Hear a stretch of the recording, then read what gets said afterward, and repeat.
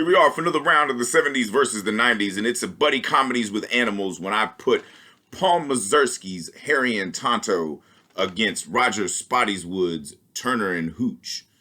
And this one was a hard one to get through because both of these movies are really fun and unique in their own special ways. So let's just dive right on into the nitty and the picky. First up, we have Paul Mazursky's Harry and Tonto, which at first glance, you don't really know what to make of this film. It's Oscar-winning performance by Art Carney, and it's one of the most beautiful performances ever given to an actor, especially one that was there in their twilight years. And also, the Tonto, the cat that is in the film, probably is the greatest animal performance I've ever seen in a film.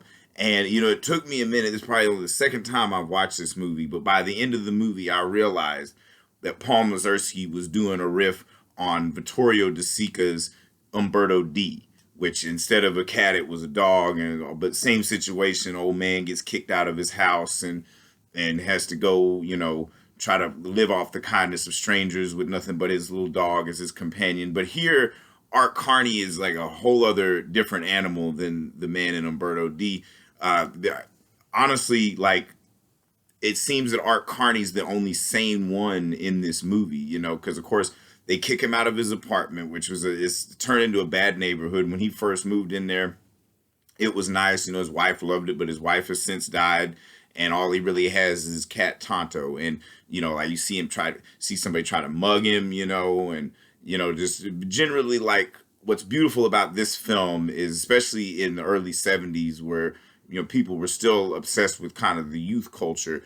It's kind of a look at the forgotten old people and, his whole friend group of old people and shit. We kind of hear their musings. Ironside must have been a hot fucking show back in that day, especially for old people, because nobody can shut the fuck up about Ironside, detective in a wheelchair, how quaint. But, Art Carney, like I said, a very beautiful performance. And once they kick him out of his house, he goes to live with his son for a little while, who, he's got a wife and two sons himself. And, one son's an asshole. The other one's kind of, on a spiritual journey. He's experimented with a lot of hallucinogenics. He's went on a fucking vow of silence and stuff.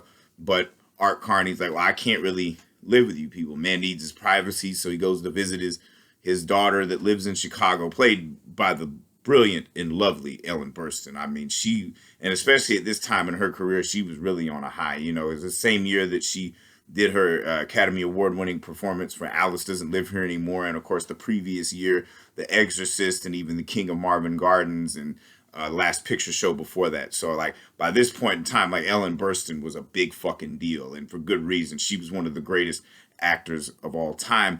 And not near enough of her in this movie. He doesn't stay in Chicago long because him and his daughter don't really get along. The only thing they can seem to agree on is that they'll never stop arguing with each other.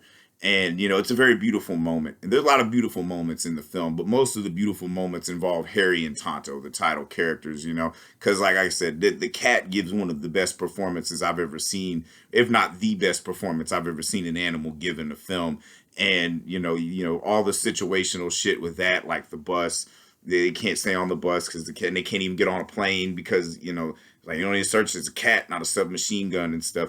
And it's definitely kind of a critique on society and kind of the decline of society. And like I said, Art Carney, the Harry character, is the only one that's got any sense, and he picks up some hitchhikers, a young girl that's on the run trying to go to a commune in Boulder.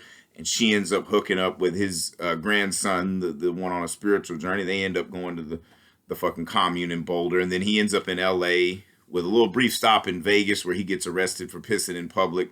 And there he meets a healer played by Chief Dan George, who was one of two Native American Indian actors that they got to play those parts in the 70s. The other one, of course, being Will Sampson, most famous for One Flew Over the Cuckoo's Nest.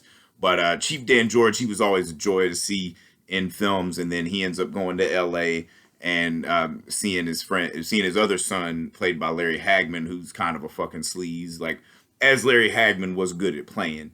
And, after that, he's like, I just got to live on my own. But then, of course, that's where it gets sad. The Tonto gets sick and ends up dying. And that scene where Tonto dies and Harry is standing over him in the little cage and everything. It's just like that. If that don't tug at your heartstrings, then you're just a real piece of shit.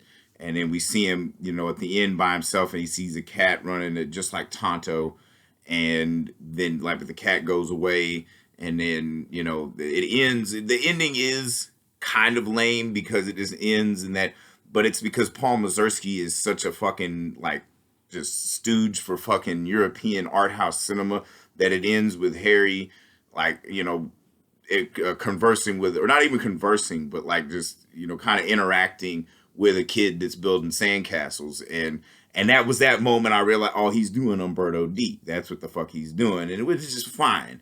Honestly, I think Harry and Tonto is better than Umberto D. But we move forward to Roger Spottiswoode's Turner and Hooch, where we have Tom Hanks paired with I don't know exactly what breed the dog is, but it's a big motherfucking dog, a horse, if you will, named Hooch. And, Tom Hanks is a cop.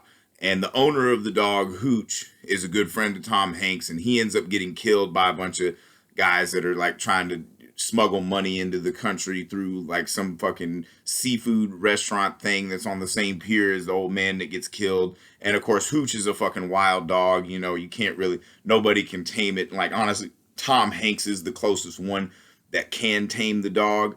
And so he ends up taking the dog in because honestly, that's the only witness they have to this murder and stuff. And also another thing, Reginald VelJohnson is in this. And it's like, other than Crocodile Dundee, was that man in anything else where he wasn't playing a cop? Every other movie, other than Crocodile Dundee, where he's the fucking limo driver. Every other thing he's a fucking cop in, whether it's Die Hard or Family Matters. Motherfucking Carl Winslow, that's all he played. But anywho, he's Tom Hanks' partner in the film. And Craig T. Nelson, of course, most famous for that show, Coach. He's the fucking captain. And the thing about Turner and Hooch is it's fun. There's a lot of funny moments in it. Because, like, honestly, like, Tom Hanks was really good at doing comedic stuff. That's what he made his name for and shit. And, good at balancing the fucking comedy and drama thing. But here he has to play it over the top. So I can't really take points off for him being over the top. And honestly, the back and forth that he has with the dog is pretty fucking hilarious. The way it plays it off. I could have done without seeing him in his damn underwear so much, but that's neither here nor there. But the film itself is so fucking predictable. Like, I had never seen this film before watching it, and I guess like half the shit that fucking happened in it, because of course, like, now even like the fact that they're minding spoilers, either watch these films before you watch these videos or, whatever. If you don't give a fuck, watch the video. But I'm going to spoil it because I have to pick these movies apart in order to find a decision. And so when it comes back that Craig T. Nelson's character is corrupt and he's actually working with the people that are smuggling the money in, that's not even that big of a fucking surprise, And, the dog ends up dying in the end as they shoot him in the fucking little warehouse shootout thing.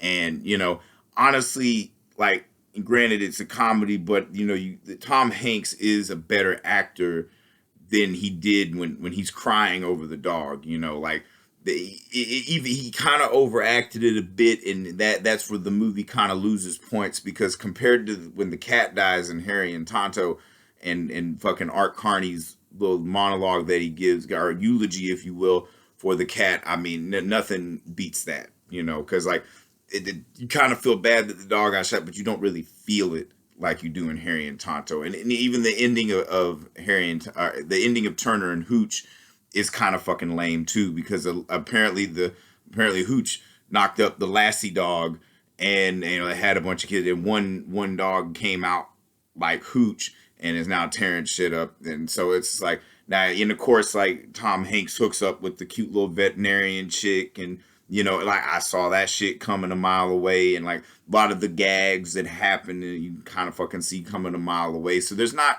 much here to really like make this a unique fucking movie, other than the fact that, like, that you got to give props to Tom Hanks and the dog for having such great chemistry. Almost better than Art Carney and the cat Tonto. And the directors too, like Roger Spottiswoode is a director who started out as a film editor. He edited a bunch of films for Sam Peckinpah, I believe, like Straw Dogs and Pat Garrett and Billy the Kid, to name a couple that I know off the top of my head. And he clearly learned a lot as far as like structure and filmmaking wise from Peckinpah. We see like uses of slow motion and stuff, but nowhere near the brilliance of Sam Peckinpah. Most of Roger Spottiswoode's movies are kind of mid, not unlike Paul Mazursky. Paul Mazursky's movies are very mid too, but Harry and Tonto is a unique film, far from predictable. There's a lot of shit that happens in this movie that like you wouldn't expect. It's the definition of quirky. This is why the 70s were so fucking great. And this round clearly has to go to Harry and Tonto, because I personally have not seen a movie like this, and a movie that has so much to say and also so much heart. You know, it's not trying to be something, you know, it took me 2 like viewings to realize that this motherfucker was doing Umberto D. And so it's not as overt as something like Alex in Wonderland, where he's like just blatantly ripping off Fellini, or his god-awful remake of Bodu Saved from Drowning, Down and Out in Beverly Hills. So this round goes to Harry and Tonto. For anybody keeping score, that's 59-48. The 70s are up by 11 again. I mean, this kind of back and forth. Like the 90s will get one, then the 70s will get one.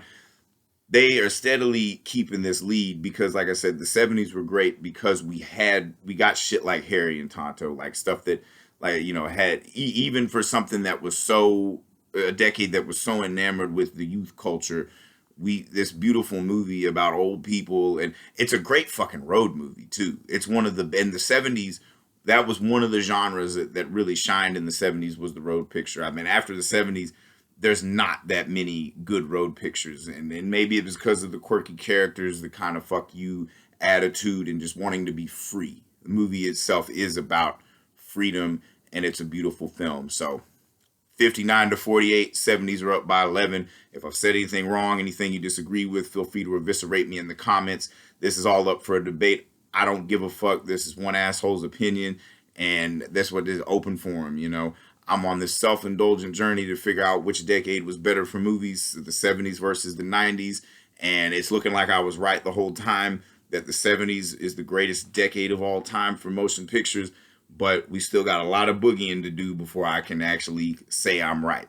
So stay tuned for more of these bonus rounds. We got another main event, another Christmas special next Saturday, the Silent Partner versus Reindeer Games. So stay tuned for all that shit. I'm having fun. How about you?